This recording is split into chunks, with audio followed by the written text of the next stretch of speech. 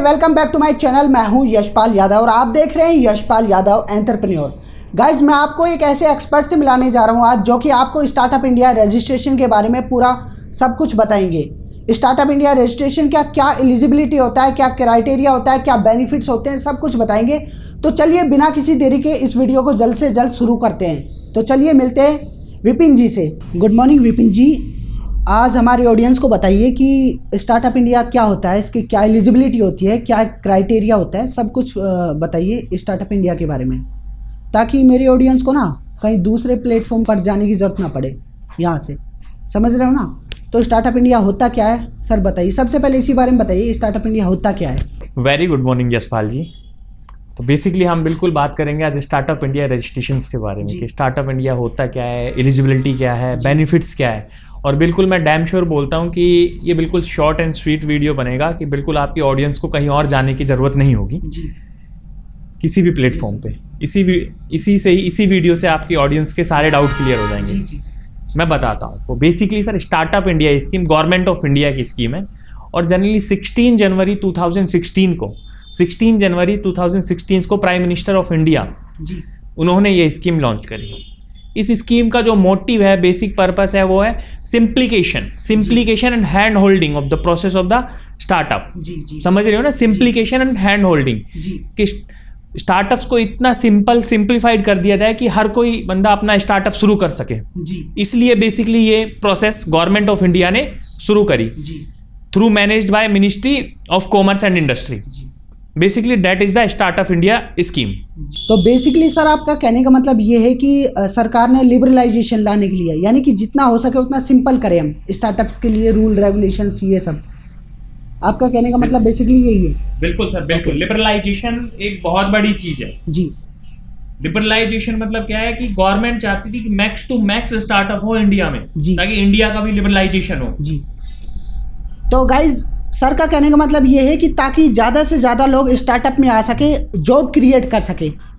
आज कोरोना के बाद सर जॉब लोगों को मिलना बहुत मुश्किल हो गई है। इस वजह से सरकार का मेन जो उद्देश्य है, जो मोटिव है, वो यही है कि लोग ज़्यादा से ज़्यादा खुद जॉब क्रिएट कर सके, ना कि जॉब के भरोसे रुके। और ज़्यादा से ज़्यादा लिबरलाइजेशन इसलिए दिया है ताकि लोग देश में ज़्यादा से ज़्यादा प्रोडक्शन करें, बिजनेस करें, स्टार्टअप्स लेके आए, जीडीपी बढ़े देश की। यही इसका मेन मोटिव है सरकार का। तो सर आज क्लियर पूरा सब कुछ बताएंगे कि इसका क्या क्या क्राइटेरिया है, इसकी एलिजिबिलिटी क्या है। सबसे पहले सर ये बताइए कि स्टार्टअप इंडिया के लिए कौन कौन एलिजिबल है। क्या मैं स्टार्टअप इंडिया खोल सकता हूँ, क्या मेरे ऑडियंस में से? तो इसका एलिजिबिलिटी जो क्राइटेरिया है वो बताइए सर, कि कौन कौन इसको इस स्कीम का बेनिफिट उठा सकता है। सरकार ने कोई ग्रांट दिए हैं, सरकार के भी कुछ बजट होते हैं, उसमें कुछ ग्रांट लेके आए कि स्टार्टअप इंडिया का जो रजिस्ट्रेशन कराते हैं उनके लिए क्या बेनिफिट होंगे, क्या एलिजिबिलिटी है, वो सब बताइए सर हमारे ऑडियंस को। चलिए हम आपके क्वेश्चंस पे आते हैं। First of all very nice question कि स्टार्टअप इंडिया की एलिजिबिलिटी क्या है और गवर्नमेंट्स किस तरह हमारी हेल्प करती है। अगर हम स्टार्टअप इंडिया लेते हैं तो हमें क्या बेनिफिट्स मिलते हैं, हम इस क्वेश्चंस पे आते हैं। मैं आपको बताना चाहूँगा सर, फर्स्ट ऑफ ऑल तो स्टार्टअप इंडिया की एलिजिबिलिटी। स्टार्टअप इंडिया स्कीम में 3 टाइप्स ऑफ एंटिटी रजिस्टर्ड हो सकती है आपकी, ठीक है। फर्स्ट ऑफ ऑल आपकी प्राइवेट लिमिटेड कंपनी, ठीक है। सेकंड आपका limited liability, registered in the limited liability partnership act. And third is the registered partnership, registered under the registered partnership act 1932। ये 3 टाइप्स की एंटिटी है जो आपकी स्टार्टअप इंडिया में रजिस्टर्ड हो सकती है अगर उनको स्टार्टअप इंडिया का बेनिफिट लेना है। और ये एंटिटी जनरली आपकी फ्रेश रजिस्टर्ड हो, न्यूली इनकॉर्पोरेशन हो और मैक्सिमम 5 to 10 ईयर ओल्ड ना हो। एंड जो इनका टर्नओवर है ये बहुत ही बेसिक वो है, वो लेस देन 100 CR हो। अगर आप ये है तो आप बिल्कुल स्टार्टअप इंडिया स्कीम का बेनिफिट्स ले सकते हैं सर, ओके।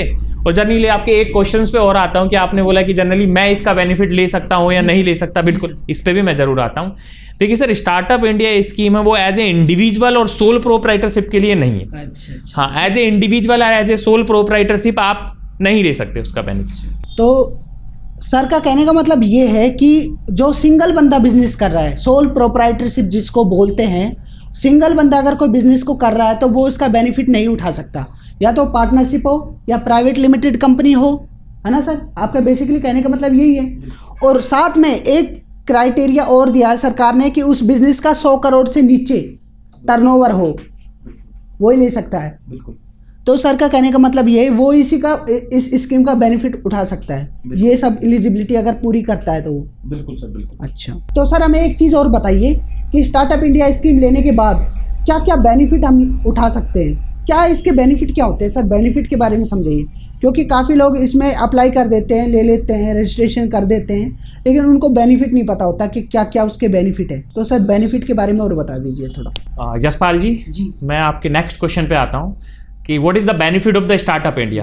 आपने बिल्कुल सही कहा कि बहुत सारे लोग ऐसे हैं जो स्टार्टअप इंडिया में रजिस्ट्रेशन करा लेते हैं, जैसे कि आपने कराया, उन्होंने कहा अच्छा आपने भी ले रखा है, हम भी करा लेते हैं, लेकिन उनको पता नहीं कि मैं इसका बेनिफिट कैसे ले सकता हूँ। जनरली इंडिया में ऐसे ही हो रहा है, भाई मैंने कराया तो मैं भी करा लेता हूँ, ठीक है क्या है, यूज़ हो जाएगा, लेकिन यूज़ करोगे तभी होगा ना, आपको उसके बेनिफिट्स पता होगे तभी तो आप यूज़ करोगे ना। तो मैं आपको इसके प्रॉपर आपको बेनिफिट्स बताता हूँ स्टार्टअप इंडिया रजिस्ट्रेशन के। देखिए, फर्स्ट ऑफ ऑल तो अगर आप स्टार्टअप इंडिया रजिस्ट्रेशन में अगर खुद को रजिस्टर कर लेते हैं एज ए स्टार्टअप, तो सबसे बड़ा बेनिफिट तो इसमें आपको ये मिलेगा कि आपको 9 लेबर लॉज हैं हमारे और 3 इन्वायरमेंटल लॉज है। आप सुनिएगा, 9 लेबर लॉज है और 3 इन्वायरमेंटल लॉज है, उनमें सेल्फ सर्टिफिकेशन अलाउड हो जाएगा। सेल्फ सर्टिफिकेशन मीन्स कि there is the no inspection conducted, there is the no inspection conductor, उसमें आपका कोई भी इंस्पेक्शन कंडक्ट नहीं होगा 3 to 5 ईयर के लिए, वो सेल्फ सर्टिफाइड होगा। और उसमें एक चीज और बताना चाहूंगा इसमें कि जो आपका इन्वायरमेंट लॉज है, इसमें आपको व्हाइट कैटेगरी में आपके स्टार्टअप को लिस्ट किया जाएगा। अब आप बोलोगे what is the white category? White category means non polluted category for first 3 year, non polluted category में आपको स्टार्टअप को लिस्ट किया जाएगा। तो 9 आपके लेबर लॉज है और 3 इन्वायरमेंटल लॉज है। जैसे कि लेबर लॉज में आपको मैं मोटे मोटे आप बता देता हूँ, बहुत सारे लोग इसको जानते होंगे, जैसे ESI का हो गया, आपका PF का हो गया, बिल्डिंग कंस्ट्रक्शन का हो गया, ऐसे करके 9 लेबर लॉज है, ठीक है। तो ये इसका अपने आप में बहुत अच्छा बेनिफिट है, अगर कोई अवेल करना चाहे तो, अगर किसी को नॉलेज हो। स्टार्टअप इंडिया रजिस्ट्रेशन करा के रख लिया, मैंने अपनी फाइल में लगा लिया, मैंने सर्टिफिकेट की फोटो पीछे चिपका दी, ये टास्क नहीं है। गवर्नमेंट ने जो बेनिफिट दिए हैं वो उसके बारे में आप समझो। मैं तो यही कहूँगा कि जो भी पर्सन जहाँ से भी स्टार्टअप इंडिया रजिस्ट्रेशन कराते हैं, तो फर्स्ट ऑफ ऑल उन्हें उनसे पूछना चाहिए कि सर मेरे को इसके बेनिफिट कैसे मिलेंगे और मैं कैसे अप्लाई कर सकता हूँ, क्योंकि आपको वो रजिस्ट्रेशन रखना नहीं है अपने पास, ठीक है। दूसरा मैं आपको इसका एक बेनिफिट पे आता हूँ। दूसरा आपको इस पे बेनिफिट मिलता है हमें IPR में, IPR इंटेलेक्चुअल प्रॉपर्टी राइट। जैसे कि हम ट्रेडमार्क रजिस्टर कराते हैं, ब्रांड रजिस्ट्रेशन, आजकल मार्केट में ब्रांड रजिस्ट्रेशन के बारे में बहुत चल रहा है, लोग बाग ट्रेडमार्क नहीं समझते, जनरली ब्रांड करते हैं। तो मैं वही बोलूँगा, आप ब्रांड रजिस्टर कराते हैं तो उसमें आपकी जो गवर्नमेंट फीस है जनरली 9,000 से 4,500 हो जाएगी, 50% आपको रिबेट समझ लो। और सबसे बड़ा बेनिफिट्स इसमें आपको एक मिलेगा ट्रेडमार्क के केस में।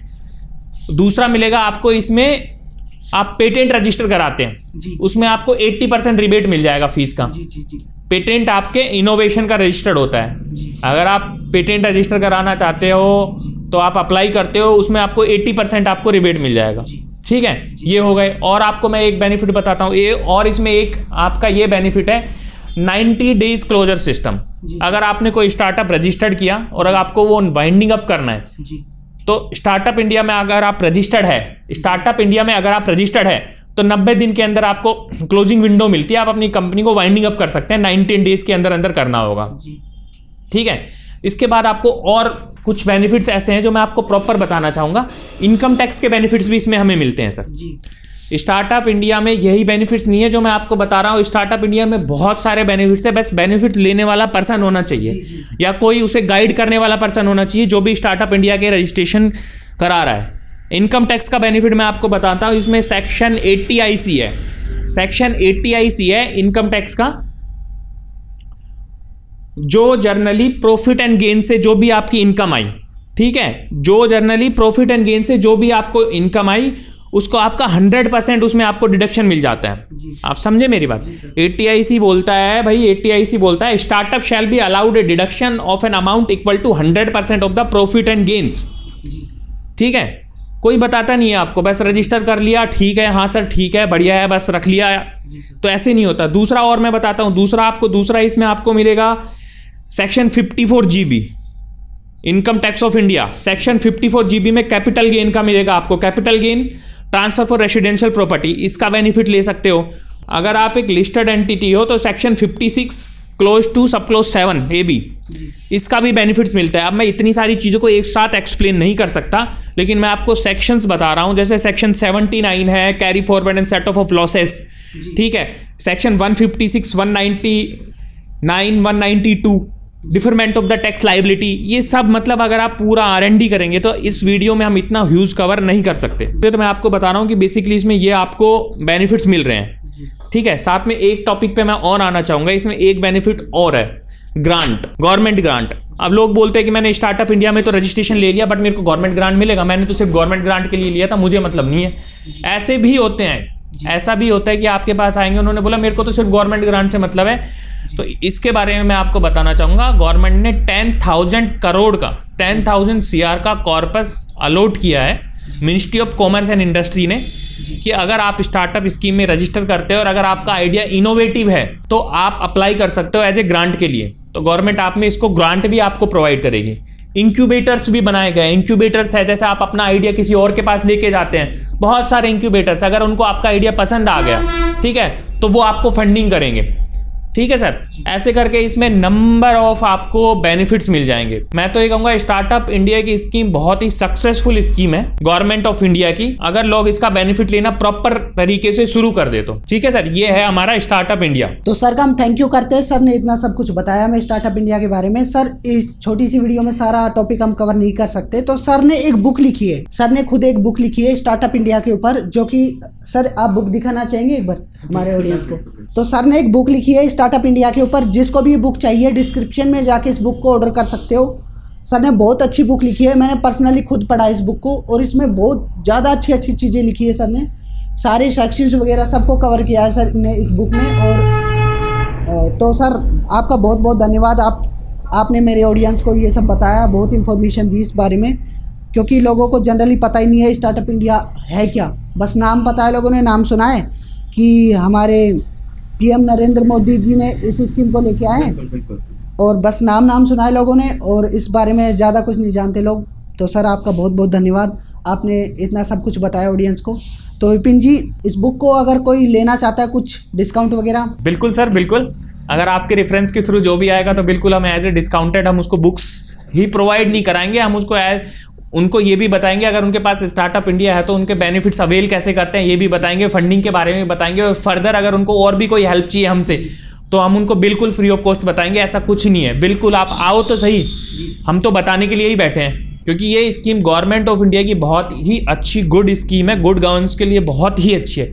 लेकिन लोगों को प्रॉब्लम क्या है कि जितनी भी स्कीम्स आती है गवर्नमेंट्स ऑफ इंडिया की, लोगों को उसके बारे में पता ही नहीं कि ये क्या है। मैं आपको बताता हूँ, गवर्नमेंट्स ऑफ इंडिया की बहुत सारी स्कीम है जिसमें बहुत सारे बेनिफिट्स है, कॉर्पोरेट्स को भी है, इंडिविजुअल को भी है, सोल प्रोप्राइटरशिप को भी है, ऐसा नहीं है कि नहीं है। लेकिन आप बस मैं इतना कहूँगा, आप थोड़े उसके बारे में रीड आउट करें या किसी अच्छे प्रोफेशनल से डिस्कस करें तो जरूर आप उसका बेनिफिट्स ले सकते हो। Thank you sir. तो गाइज किसी को भी सर से कंसल्ट करना है, मैं डिस्क्रिप्शन में सर का नंबर दे दूंगा, आप टाई अप कर सकते हो। और सर GST रिगार्डिंग सब कुछ करते हैं, अगर आपको CS से रिलेटेड कोई भी काम हो तो सर से कॉन्टैक्ट कर सकते हो, मुझसे कॉन्टैक्ट कर सकते हो। सर उनको स्पेशल ऑफर और डिस्काउंट दोनों देंगे। थैंक यू, आज के लिए बस इतना ही वीडियो। जय हिंद, जय भारत।